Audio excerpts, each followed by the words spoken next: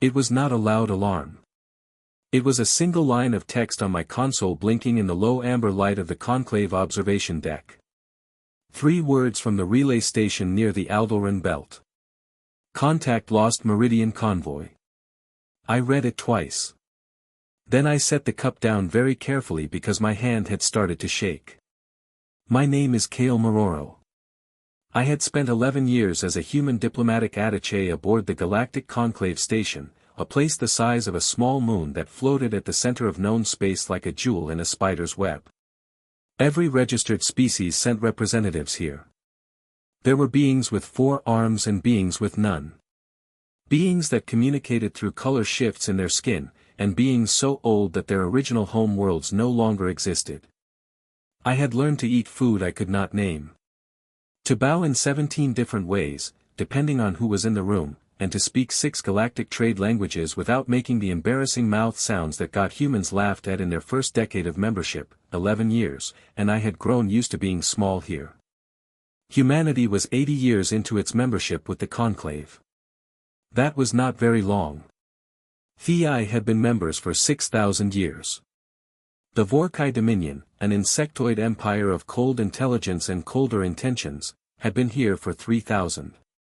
We were newcomers, and newcomers were expected to be quiet, to learn, and to be grateful that no one had decided to remove them. The thing that kept everyone in line was called the Sacred Rule. Every species in the Conclave knew it. Every child of every registered civilization was taught it before they learned anything else about galactic politics. The rule was simple. No registered member species may launch an unprovoked military strike against another registered species. The consequences for breaking it were automatic and total. Every other member of the Conclave was obligated to respond with force. The offending civilization would be blockaded, sanctioned, and if they continued, dismantled. It had never come to that last part. In 4,000 years, no one had been foolish enough to test it.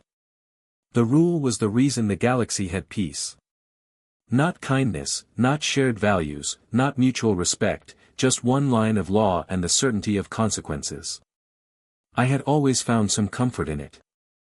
The second message arrived 40 seconds after the first. This one was not a single line. The Meridian convoy had consisted of 3 civilian transport vessels carrying settlers and supplies to a new colony on the edge of human registered base near the Aldebaran belt.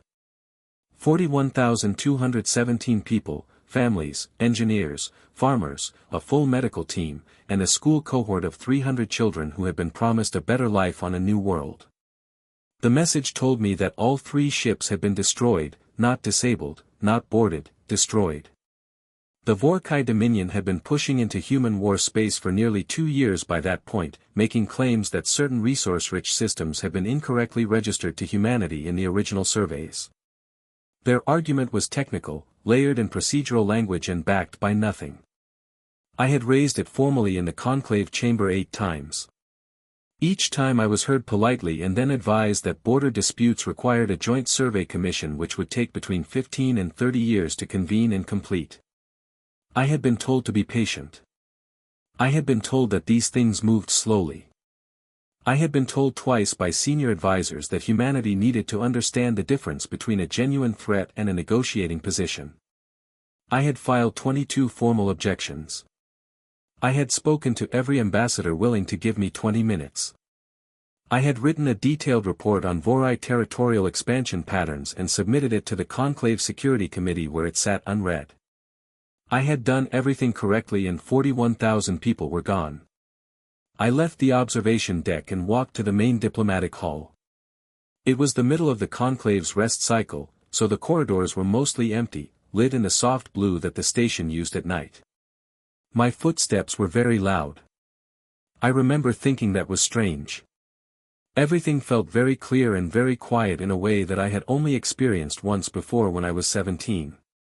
And I watched my brother get pulled out of a collapsed building back on Earth. Time moves differently in those moments. Everything sharp, everything slow. The duty officer at the communication desk was a young man named Owen, barely 2 years into his posting. He looked up when I came in and his face told me he had already seen the full report. How many confirmed? I asked. All 3 ships, Owen said. No survivors recovered. The Vorkai are claiming the convoy was operating in restricted space. There is no restricted in the Eluldran belt, I said. That is human-registered territory. I know, he said. They fired on civilian transport vessels. I know, he said again. His voice was very quiet. I stood there for a moment. I looked at the screen behind him, at the coordinates, at the ship registrations of vessels that no longer existed. Get me Ambassador LRA of the Thelkai, I said.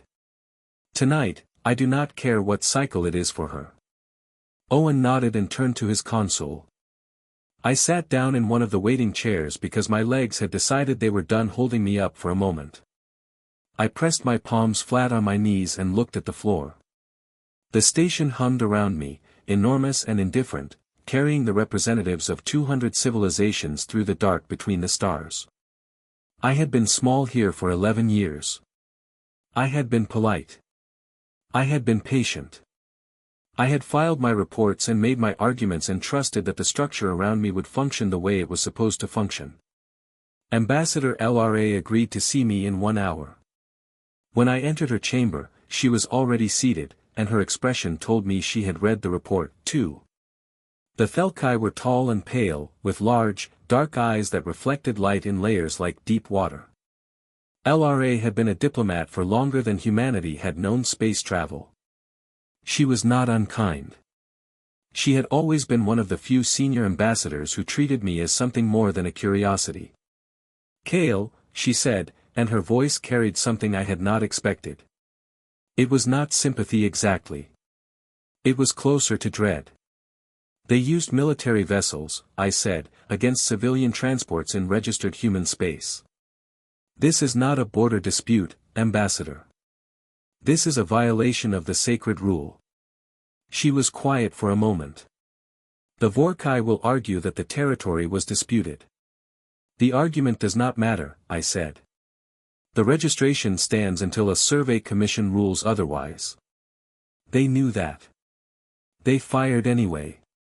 Another silence. LRA looked at me, asked. She folded her hands in her lap with a recommendation for a formal investigation and a call for the Vorai to provide an accounting of events. I heard those words and I understood them. An investigation. An accounting. The same machinery that had processed my 22 objections and my unread report. The same measured pace that had been burning through the last 2 years while the Vorkai edged closer and closer to a line that everyone pretended did not exist. How long will that take? I asked.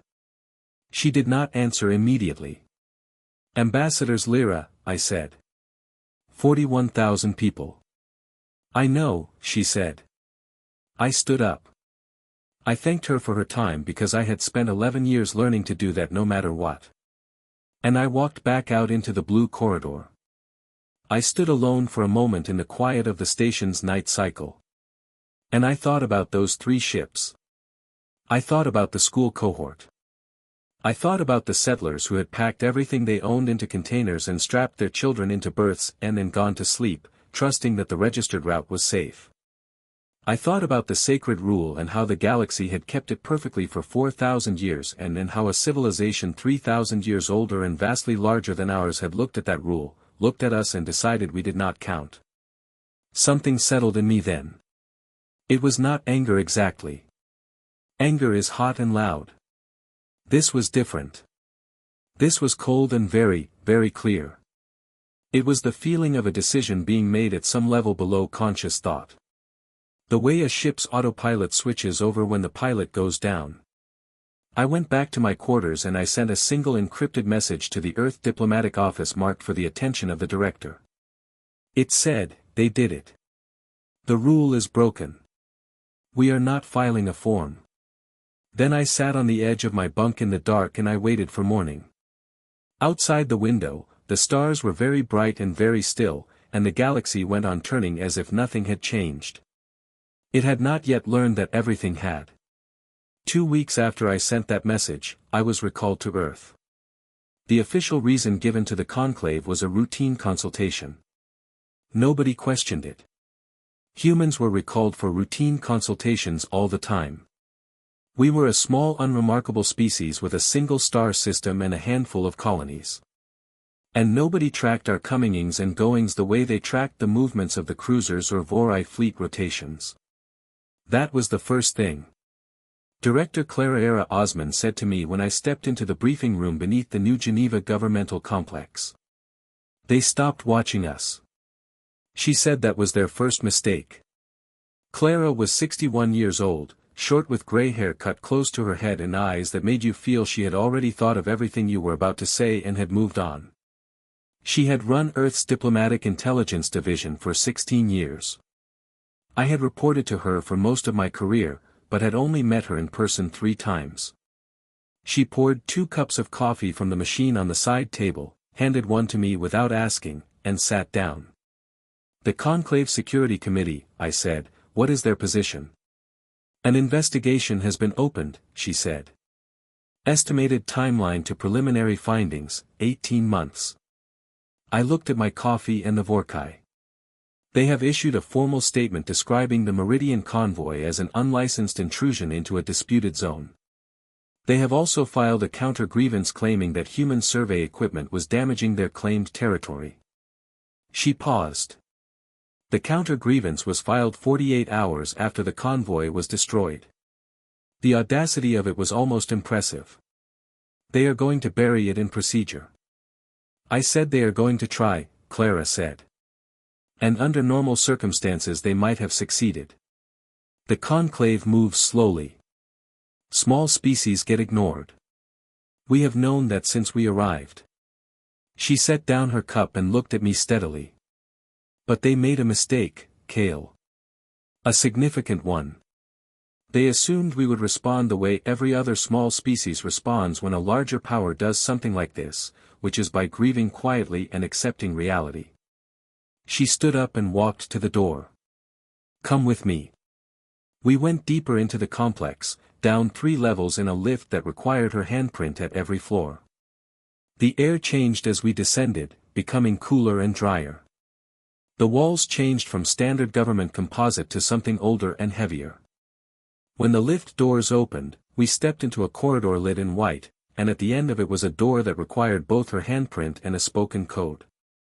Beyond the door was a room that I was not prepared for. It was a war room, not a planning room, not a crisis management center. A war room fully active with displays covering every wall and 40 people working at stations in controlled quiet focus. There were orbital models of the Vori Dominion. There were fleet compositions, resource maps, communication intercept summaries, and tactical assessments.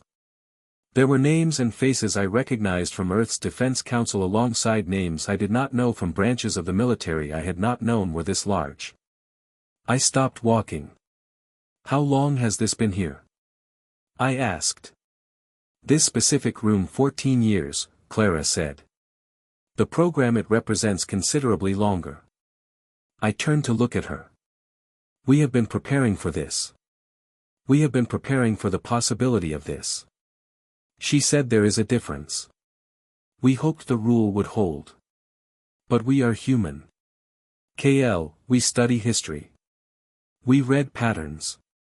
And when you look at the history of every small species that joined the conclave and then disappeared from it, the pattern is not subtle. She walked me to a display showing a timeline. Small civilizations registered and protected by the sacred rule. 18 of them over 3,000 years. Every one of them gone, absorbed, or erased. And in every case, the process had begun with a border dispute followed by a slow procedural response from the conclave followed by nothing. The rule protects the powerful, I said slowly. Because the powerful enforce it, and when the target is small enough, no one enforces anything. Exactly, Clara said. So, we made a decision about 40 years ago that if this ever happened to us, we would not wait for enforcement. We would be the enforcement. I stood in that room for a long time, looking at the displays, listening to the quiet, focused activity around me. A man named Adrian Hole, who turned out to be the director of Earth's Combined Strategic Command, came over and introduced himself. He was younger. Predictable scenarios. He paused. And extraordinarily fragile in unpredictable ones. They have never fought humans, I said. They have never fought anyone who does not follow Galactic Standard Tactical Doctrine. He said, every species in the Conclave has been fighting the same way for 2,000 years. There is an accepted vocabulary of warfare, established formations, recognized signals for ceasefire, understood escalation sequences. He looked at me with a calm that was somehow more unsettling than anger would have been. We did not learn to fight from the galactic vocabulary. We learned from ourselves 10,000 years of our own conflicts, our own adaptations, our own doctrine. It is completely foreign to them. Foreign how? I asked. He considered the question. When a Vorai fleet engages an enemy, they model the enemy's decision tree and select the optimal counter at each branch. It works perfectly against every opponent they have ever faced. The problem is that humans do not follow a decision tree. We follow our instincts, our emotions, our training, and sometimes something that cannot be modeled at all. He pulled up a battle simulation. We ran this scenario 40,000 times. Our commanders make decisions the Vorai cannot predict in 73% of engagements. That number gets higher as the fight goes on. I was quiet for a moment. Outside the Conclave station, I had spent 11 years being the small, polite representative of an unremarkable species. I had smiled and bowed and chosen my words carefully and accepted being ignored and dismissed and talked over. I had done it because it was my job and because I believed in the slow machinery of diplomacy. But standing in that room looking at those displays, I understood something that shifted the ground under my feet. We had not been small because we were weak. We had been small because we had chosen to be while we prepared. What do you need from me? I asked. Clara stepped up beside me. The Conclave is going to move slowly. We know that we are not going to wait for them. But we need the legal ground to be clear when this is over. And that means we need someone inside the Conclave making the argument on record at every step. We need the galaxy to understand that what the Vorai did was a breach of the sacred rule, that we raised it correctly, that we were ignored, and that our response was therefore not aggression but consequence. You want me to go back? I said, we want you to go back as a full ambassador this time, she said. Not an attach. You will have the authority to speak for Earth directly.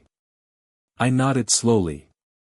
Through the wall of displays, I could see the star charts, the fleet positions, the long patient preparation of people who had decided that if the day came, they would be ready.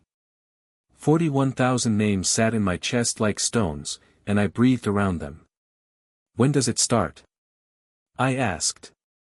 It already has, Adrian said. He pulled up a live feed from a relay near the Eloldran belt. One of our patrol vessels, a mid-size craft named the Residential Salute, had been surrounded by a Vorkai intercept squadron 3 days ago. The Vorkai had expected it to stop, to power down, to wait for a boarding party. Instead, the Resolute had done something no galactic tactical simulation had ever produced. Its captain, a woman named Iris Calloway, had cut 2 engines deliberately, spinning the ship into a controlled tumble that made it look crippled and impossible to navigate, and then used the tumble itself as cover to bring its rear firing array into alignment with the lead Vorai vessel's drive section. 3 Vorkai ships had broken off, 1 had not moved fast enough. The Resolute had come home with a scratch along its port side, and 1 less external sensor array. I watched the replay in silence. Iris Calloway, I said. Commander, formerly of Earth's Deep Range Exploration Division, Adrian said. She learned that tumble maneuver from watching asteroids break apart in high-gravity fields. She had been thinking about using it for years. I thought about the Vorai commanders watching their simulation screens as the Resolute began to tumble, watching every model they shed scream impossible, watching a human being do something their entire strategic database said could not work. They did not know what to do with her, I said. They still do not, Adrian said quietly. And that is only the beginning. I flew back to the conclave station the next morning. I had a new title, new credentials, and a weight in my chest that had not been there before. Not fear, not grief, though that was still there, too. Something else. The particular weight of a person who has been handed something important and intends to carry it correctly. The station looked the same as always when my shuttle docked. The same sweeping corridors, the same mix of species, the same faint hum of the environmental systems that kept 200 civilizations breathing. But something was different. I was different. I had spent 11 years learning to be politely small in this place. I was done with that now. I walked to the main diplomatic registry and formally submitted my upgraded credentials. The clerk, a Thelkite junior officer, looked at them with mild surprise. "Ambassador Mororo," she said. It was the first time anyone on this station had said that word in front of my name. "Yes," I said. I walked to my new office, which was 3 times the size of my old one. And I sat down at the desk and I pulled up the list of every conclave ambassador I needed to speak to. There were 41 of them representing species that had been quietly afraid of the Vorkai for a long time. The galaxy was still turning the way it always had. But somewhere out near the Aldrin Belt, a human commander with a scratch on her ship was flying home. And somewhere in the prepared depths of Earth's planning, quiet engines were beginning to move. I started writing. The first thing I noticed sitting in the new office was that people were coming to me. For 11 years, I had gone to them. I had requested meetings and waited for responses and followed up politely when responses did not come. It was the natural order of things for a small species. You went to the powerful. The powerful did not come to you. But on the 3rd morning after my return to the station, I arrived at my office to find 3 messages waiting. One from the Peleron Collective, a mid-sized species that had been nervously quiet during the Vorai border provocations. One from the Serene Assembly whose territory ran along the outer edge of the Vorai Dominion and who had twice as in the last century been on the receiving end of Vorai territorial pressure, and one from Ambassador Davin of the Orisi, a species so old and so careful that they had not opened a communication with a human representative in 40 years. I read all 3 before my coffee finished brewing. Then I called Owen, who was still on duty in the communications room because Owen was always on duty, and I asked him to clear my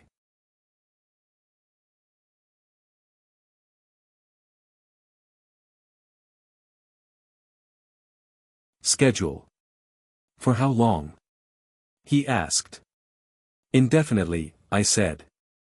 I saw the Poran ambassador first. His name was Ren, and he was nervous in the particular way of someone who has wanted to say something for a long time and is only now allowing himself to say it. He was a compact being with 6 fingers on each hand and large mobile ears that moved constantly, tracking sound from every direction. He sat across from me and looked at me for a long moment before speaking. "We want to know what you are doing," he said. "Earth, what you are actually doing." "We are responding to a violation of the sacred rule," I said. His ears rotated forward.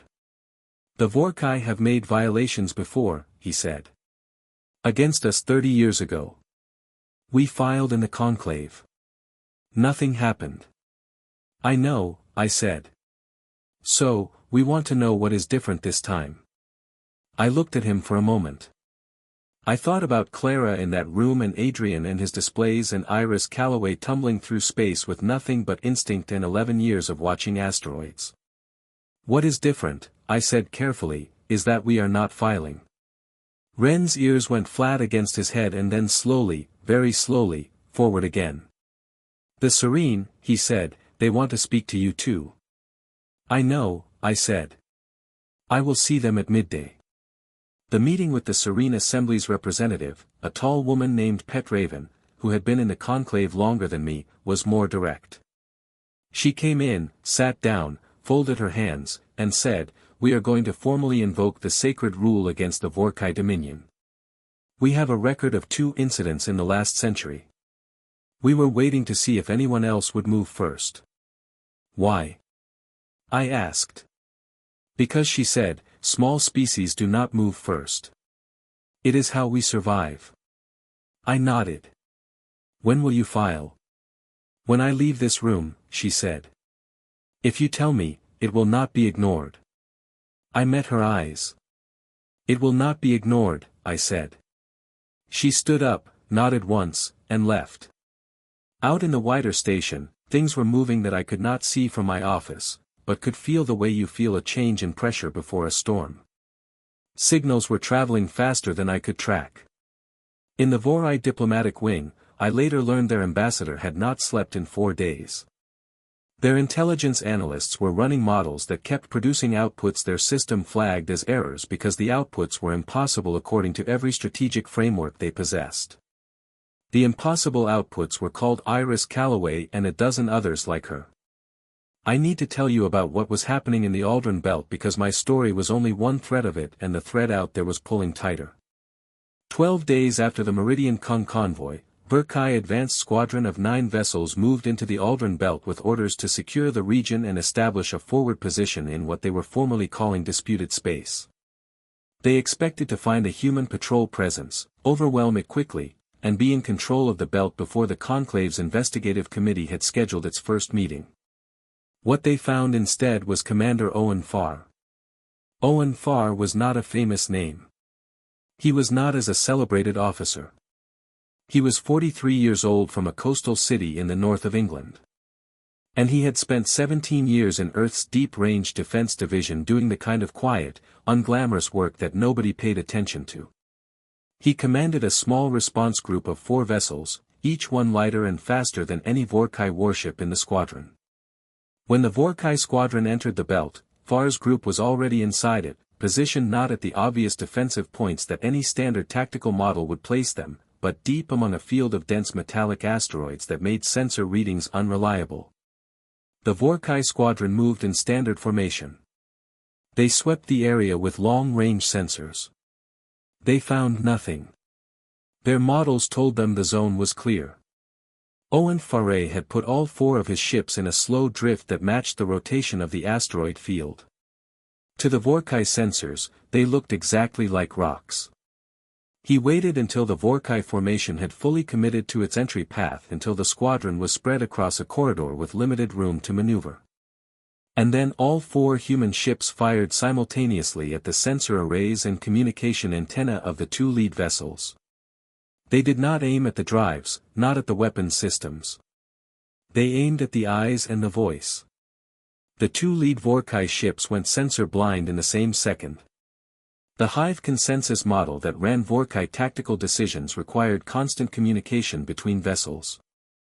When the 2 lead ships went quiet, the 7 remaining ships experienced what Adrian had described to me as a cascade failure of the decision structure. They were not programmed to act independently.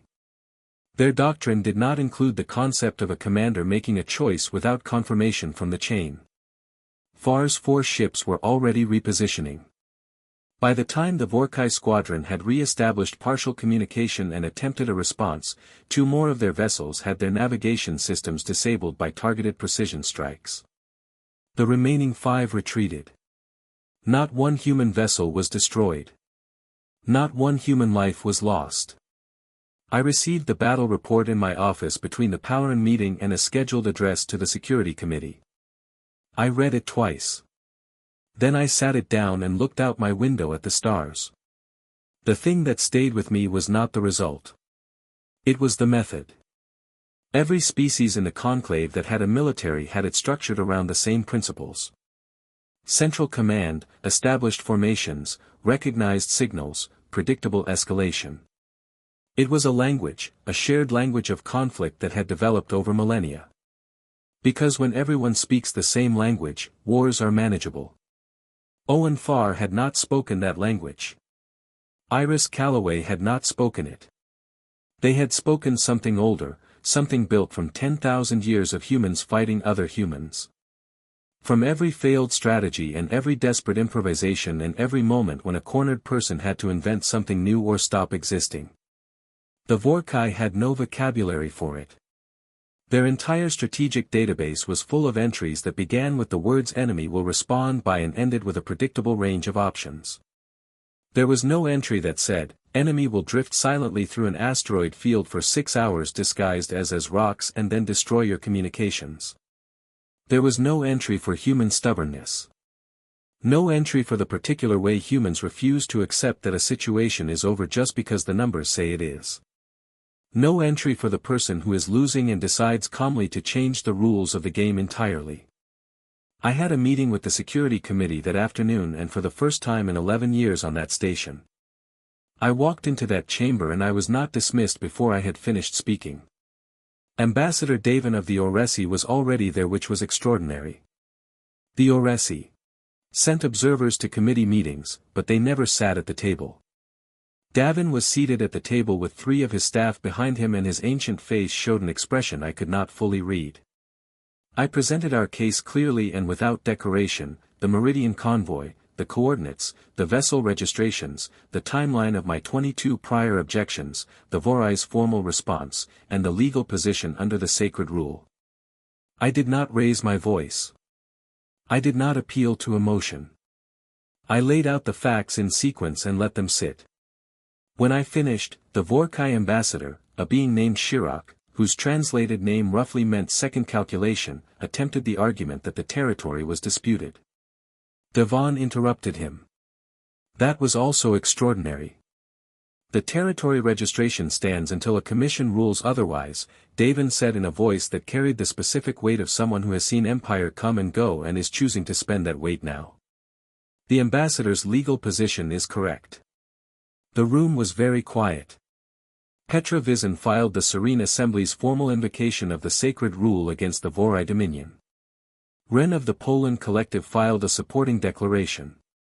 The Security Committee chair, a Thelkai senior named Vane, who had previously been one of the people urging me to be patient, called for an emergency vote on recognition of the violation.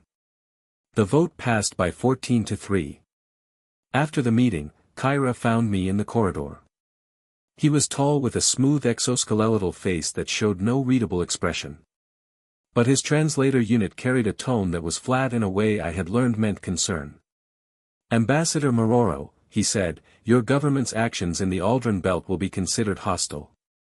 Our government's actions in a Aldrin Belt, I said, are a direct and proportional response to the destruction of civilian vessels in registered human space under the sacred rule. I paused. Which your dominion violated on record in front of the entire committee. He was quiet for a moment. The Dominion does not lose extended engagements. He said it was not a threat. Exactly. It was something more like a statement of fact, a reminder. The kind of thing you say to a small species to make sure they understand the shape of the world. I had heard things like that for 11 years. Neither do we, I said. I walked back to my office and opened a channel to Clara. The rule has been formally recognized as violated, I told her. I know, she said. Adrian is watching the committee feed. The Vorkai ambassador implied they would continue. Yes, she said. What do we have near the belt right now? She was quiet for a moment and I heard the sound of her setting something down on a desk. Enough, she said. Tell me. 22 vessels of various classes, most of them retrofitted deep ships plus Owen Farr's group, which is already in position. A pause. Also, a wing of the new fast attack ships that you do not have clearance to know about yet. Despite everything, I almost smiled. How fast are they? Faster than anything the Vorkai has on their charts, Clara said. We built them small and we built them quiet, and we have been testing them in the outer belt for 2 years. The Voorhees intelligence on our fleet is based on their survey data from a decade ago. Because they stopped watching us, I said. Because they stopped watching us, she agreed. I looked at the star charts on my display. The Aloldran belt was a bright cluster of light in the middle distance, small and ordinary looking, and somewhere inside it, Owen Farr was repositioning his ships, and Iris Calloway was probably running new calculations on the next impossible thing she was going to attempt. The galaxy outside my window had not changed its shape. The conclave station hummed along in its patient orbit. 200 civilizations went on with their business, their trade routes, and their council sessions, and their ancient slow diplomacy. But a gear had turned. Something had engaged that could not be disengaged. I had one more message to send that evening. It went to every ambassador I had spoken to in the last 3 days. It was short and professional and said simply that the formal proceedings were now in motion, that the legal ground was clear, and that any species wishing to formally align with the human position under the sacred rule should do so within the next 72 hours. 12 species responded before I had finished my dinner. I sat in my office long after the lights shifted to the sustained night cycle. The coffee was cold again. I did not mind. I thought about 41,000 names. I thought about Owen far drifting in the dark, patient and invisible. I thought about Petraven standing up from her chair and filing without hesitation the moment I told her it would not be ignored. I had told her the truth. We were not going to let it be ignored. Outside in the corridor, I could hear the soft hum of the station and faintly somewhere the sound of others moving with purpose through the blue-lit dark. The Vorkai had broken the one rule the galaxy lived by. They had assumed we were too small to matter. They were learning slowly that small is not the same as harmless and patient is not the same as passive. I turned off my lamp and went to work. The ceasefire request came from the Vorai Dominion on a morning when I had not slept. I was in the middle of a live communication with Adrian's strategic team when Owen sent me a priority flag. I told Adrian to hold and open the flag. The words were formal and precise in the way that Vorkai communication always was. They requested a cessation of hostilities pending diplomatic resolution. They offered to submit the territorial dispute to a neutral commission. They expressed willingness to discuss reparations for what they described as the incident involving the Meridian convoy. I read it twice. Then I told Adrian what it said. There was a pause on his end. Then he said, "How many of their fleet assets have we disabled in the last 3 weeks?" 41 vessels, I said. With 0 losses on our side. Another pause. Read me the part about reparations again. I read it. They called it an incident, he said. Yes, I said. Not a violation, not an attack. No, I see. His tone did not change, but I had learned to read the spaces in Adrienne's voice. What does Clara say? I am going to ask her in about 2 minutes, I said. But I wanted your read first. My read, he said slowly, is that they believe they can settle this with language. That if they offer enough procedural concessions, we will accept a diplomatic outcome and go back to being a small species with a grievance on record.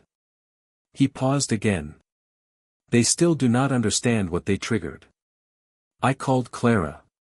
She was in a meeting but stepped out to take my call. I told her about the request. We expected this, she said. Hive consensus models are very good at cost analysis. When the cost reaches a threshold, the model outputs a de-escalation signal. They have run their numbers and decided this is the threshold. What are our terms? You ready? Tell me. She did. I spent the next 4 hours preparing for the conversation I was about to have. I went over every line of it with care. I spoke to the Serene, the Pellerin, and 8 other species who had formally aligned with us, and I told them what was happening and what our position was going to be. Ren of the Paloran Collective sat very still when I explained our terms and then said quietly. No one has ever demanded that from the Vi before. No, I said they will consider it extraordinary. He said it is proportionate. I said that is different from extraordinary. I met with Chirrut in neutral chambers at the midpoint of the station. He came with 4 advisors. I came alone. That itself I had been told unsettled them. Their doctrine required mirrored delegation sizes. Coming alone was outside the accepted framework. I sat down, him for the request and told him our terms. He was quiet for a long time when I finished. The translator unit rendered his response in a flat tone that I had come to recognize as the Vorkai equivalent of genuine surprise. You are not claiming our territory, he said. No, I said you are not demanding military reparations. No, you want a restructured enforcement mechanism for the sacred rule, he said slowly, with human participation in the oversight body. Yes, I said, in full reparations to the families of the 41,000 people in the Meridian convoy. Individual settlements, not a collective payment and public acknowledgement, he said on the conclave record. Yes, he was quiet again for a longer time. Outside the chamber windows, the station moved in its long orbit, and the stars were patient and old and indifferent. Why, he finally said. The question surprised me by its simplicity. Why, what? Why not take more?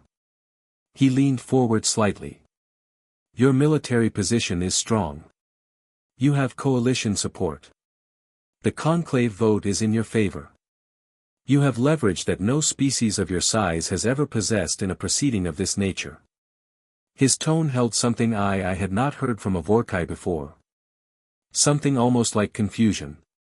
Why are you asking for justice instead of power? I thought about the question for a moment. I thought about Owen far drifting through the asteroids. About Iris Calloway and her tumble maneuver, about Petraven filing without hesitation, about Clara's displays and Adrienne's calm and 40 years of quiet preparation. I thought about 41,000 names because we do not want an empire, I said. We want this to never happen again to us or to anyone else. He studied me for what felt like a long time. Then he said something in the Vorkai primary language without waiting for the translator, and one of his advisors looked at him sharply. The translator caught it a few seconds late. It rendered the phrase as approximately. They are more dangerous than we calculated. I chose not to acknowledge that I had heard it. Churik agreed to take the terms back to the Dominion's central consensus for consideration. He stood to leave, and at the door he paused without turning around. We did not believe, he said, that you would enforce the rule yourselves. We know, I said. We believed no one would act on your behalf. We know that too, I said. He left. I sat alone in the room for a while. Through the window, I could see a section of the station's outer ring, and beyond it, the dark between the stars, and somewhere in that dark, the Eloldran belt, and Iris, and Owen, and 22 ships, and a wing of fast attack vessels that the Vorkai's chart said did not exist. The terms were accepted 6 days later. The formal signing took place in the main conclave chamber in front of representatives from every member species. Crow signed for the Dominion. I signed for Earth. The Serene and Pelair and 10 others signed as aligned parties. Clara watched on a live feed from New Geneva. Adrian turned off the display after the vote confirmation and went to get a coffee without saying anything to anyone, which was apparently how he expressed satisfaction. After the signing, there was a recess and the chamber filled with the sounds of hundreds of beings speaking in dozens of languages. I stood at the edge of it for a moment, holding a glass of something. The Thelkai served at formal occasions that tasted like carbonated minerals and felt like it was calculating your age from the inside. Ambassador Davin of the SE appeared beside me. He was very old, even by the standards of a very old species, and he moved slowly, but with complete precision. He had been in the conclave longer than any other serving member. He had watched empires negotiate and dissolve and renegotiate. He looked at me for a moment with his ancient eyes. The new enforcement clause, he said, the co-leadership structure, it will not be popular with the older powers. It will be necessary, I said. Yes, he said. That is not the same thing as popular. No, I agreed. He was quiet for a moment. I have been in this chamber for a very long time, Ambassador Mororo. I have watched species arrive and disappear. I have watched the rule hold, and I have watched it bend, and I have watched the conclave find ways to look elsewhere when looking elsewhere was easier. He paused. I did not expect this outcome when the Meridian convoy was destroyed. Neither did we, I said. But we were ready for it. He looked at me with an expression that was somewhere between careful assessment and something gentler. Yes, he said slowly. You were you not? He moved away into the crowd, and I stood at the edge of the chamber and looked at the new text on the conclave record that was being formally inscribed into the registry. Even as we stood there, the sacred rule in all 200-member languages, and below it added for the first time in 4,000 years a second clause. The second clause established the enforcement body, the response timeline, the coalition obligation. It was dense with procedural language. But at the very end of it, in plain language that the committee had argued about for 3 days before I simply read them the draft and asked them to find anything incorrect in it, was a single sentence. It read, "This rule was tested once. The cost of testing it was total." I did not write that sentence to be threatening. I wrote it because it was true, and because every small species that came after us deserved to know it, and every large species deserved to remember it. That evening, I sat alone in my